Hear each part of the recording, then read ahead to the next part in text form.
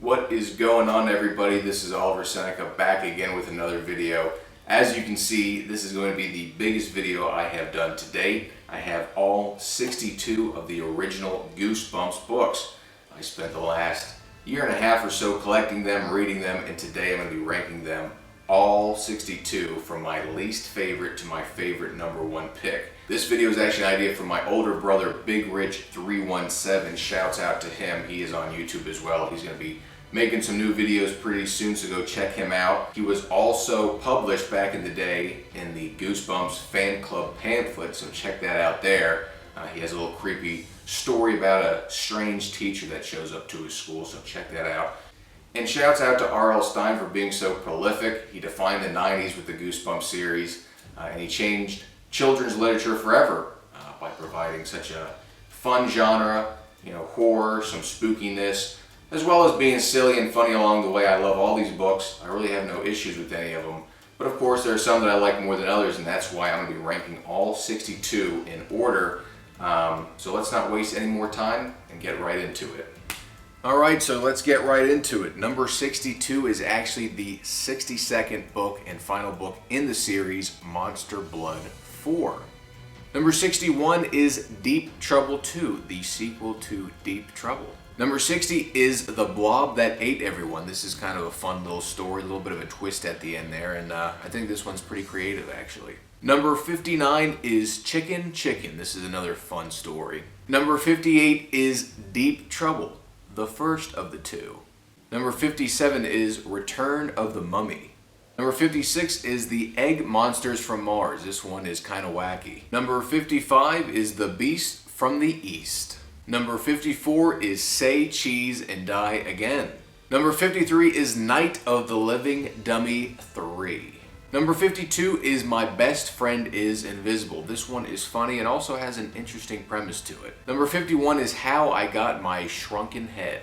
Number 50 is Attack of the Jack-o'-lanterns. I think this one would be a lot better if you read it during the Halloween season. Number 49 is Legend of Lost Legend. This one is a little bit fantastical, a little bit medieval, but it's not bad. Number 48 is Don't Go to Sleep. Number 47 is The Barking Ghost. This one, we're getting into paranormal animal stuff going on. Number 46 is The Haunted Mask 2. Number 45 is Night of the Living Dummy 2. This is also the thinnest of the Goosebumps books. Number 44 is It Came From Beneath the Sink. This one probably has one of the craziest monsters in the series. Number 43 is Revenge of the Lawn Gnomes. This is another comedy book in my opinion. Funny little premise to this one, check it out. Number 42 is The Horror at Camp Jelly Jam. This one has a very bizarre ending, but I liked it. Number 41 is Monster Blood 3. Number 40 is Monster Blood 2.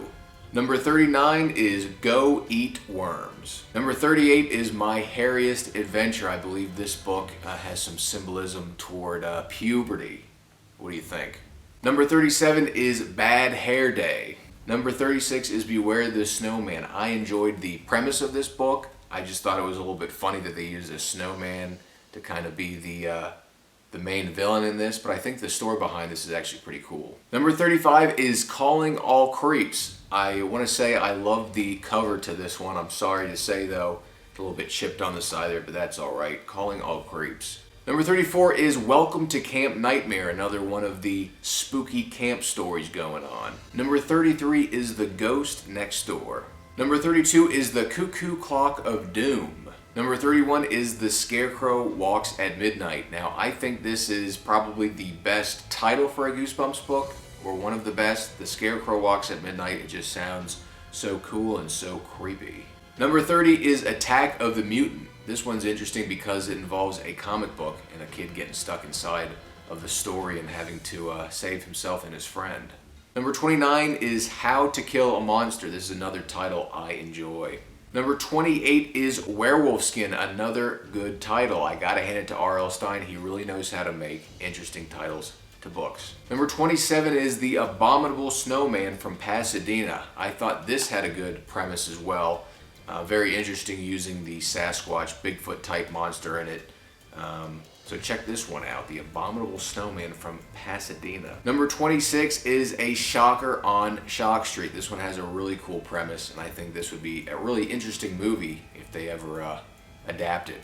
Number 25 is Phantom of the Auditorium. Number 24 is A Night in Terror Tower. Great name and also a great TV episode. This is one of the first episodes I've ever seen of the show, and the book is just as good. Number 23 is Monster Blood, the very first one.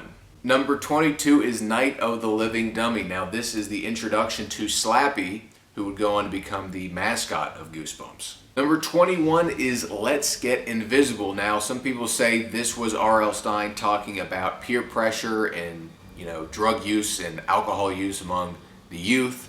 I could definitely see that. Definitely an interesting way to spin it, but definitely a good book. Number 20 is Why I'm Afraid of Bees. Now, this one is probably my favorite comedy of the series. This is just a very funny story, and when I think about the Goosebumps series as a whole, I always come back to Why I'm Afraid of Bees at some point because this one just made me laugh. Number 19 is One Day at Horrorland. This is one of the other iconic covers in the series. Definitely check this one out. And if you can find it for a reasonable price, check out Escape from Horrorland on the PC. This game came out in the late 90s, and it's a fun little point-and-click puzzle game. Very spooky. When I was a kid, my brother got this for his birthday one year back in the day, and I played it, and it scared the hell out of me. Today it's kind of corny, whatever, but it's still a lot of fun, so check out the game as well if you can find it on eBay. Number 18 is The Curse of the Mummy's Tomb. Number 17 is You Can't Scare Me, another book that I think would make a good movie. Number 16 is The Curse at Camp Cold Lake, a book that took me a few takes to say correctly, kind of a tongue twister. Great little story, cool premise, another book that I think would make a cool horror film. Number 15 is Say Cheese and Die. This is another great story. Love the premise of this, love the name of it. Definitely check out Say Cheese and Die. Number 14 is Ghost Beach. Number 13 is How I Learned to Fly. Now this one is a little bit corny at some points, but I think there's some cool scenes in this, especially at the beginning, so check this one out. Number 12 is I Live in Your Basement. I like the title of this one, and I think the story is cool. Number 11 is Piano Lessons Can Be Murder. Now, I thought this would be about something completely different, but this actually surprised me. This was a pretty cool premise.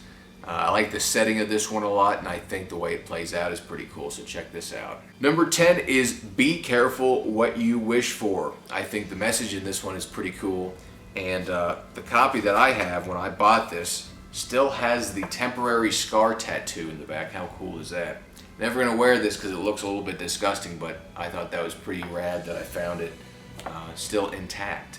Number 9 is Ghost Camp. Now this one's really good. I enjoyed some of the scenes in this enough that it actually inspired me with some ideas of my own to maybe make a future writing project involving some ghosts and spirits. So check out Ghost Camp. Number 8 is The Haunted School. Now this one might have a basic title, but I think the premise of this is really unique and interesting. So check out The Haunted School, the way that R.L. Stine wrote how the school is haunted after all is very interesting. Number 7 is The Werewolf of Fever Swamp. Great little story, great cover, and I just like the overall atmosphere of this book.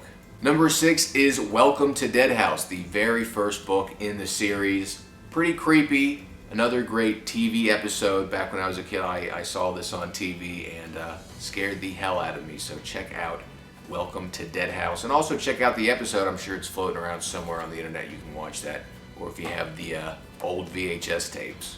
So now here we are at my top 5 favorite Goosebumps stories. So I'm going to be talking more in depth about these ones as we wrap up the video. Number 5 is Stay Out of the Basement. This is the story that always stood out to me. When I think about Goosebumps, I always think about Stay Out of the Basement. Now I'm not 100% sure why I think that. I think maybe because I saw the TV episode of this story first, and maybe that's why it's always stood out to me. But I've always liked this story. I think it's very creepy, and I think it definitely holds up. Alright, number 4 is The Haunted Mask, the first Haunted Mask. I thought this was actually a legitimately freaky story. I think the premise is really cool, and I think this could actually make a great horror film, I think, if done more in an adult way. I think this would actually be really cool to see. if done as a feature-length horror film.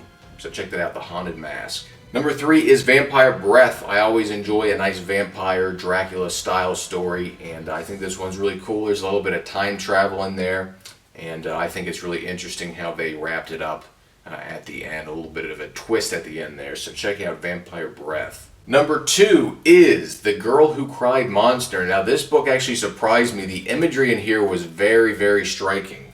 There's parts in here where the teacher here is munching on snails and these little insects and stuff, and the way R.L. Stine wrote about how it crunched and broke under his teeth was really really striking to me. It actually kind of took me aback when I was reading this. I did not think that kind of imagery would show up in a children's book, but I thought that was really cool, and the story itself is very interesting. Another twist at the end of this one, so check out The Girl Who Cried Monster. Alright, here we are at number 1. Now, if you are a serious Goosebumps collector, by process of elimination, you already know what this is going to be. But if not, it's The Headless Ghost. This is my number 1 favorite pick of the original Goosebumps series. I just absolutely loved this story. It's a classic ghost story, and I think the imagery is really, really good. And I was surprised because this was about halfway through the series. This is book number 37. And, you know, I was kind of reading along. I thought a lot of the best ones were earlier on in the series, and then halfway through I read this, and this one blew me away, and it was hard for any of the other books to top it.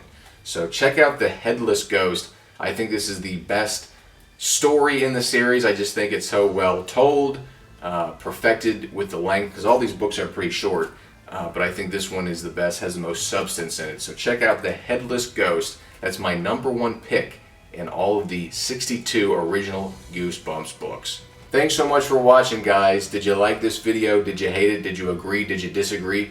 Are you able to rank all 62 of the original Goosebumps books? How about your top 5? Let me know down below, or hit me up on any of my social media pages. I'm always interested in hearing what you guys think of these different books and movies and games I talk about. So, as always, thanks again for watching, and we'll see you in the next one.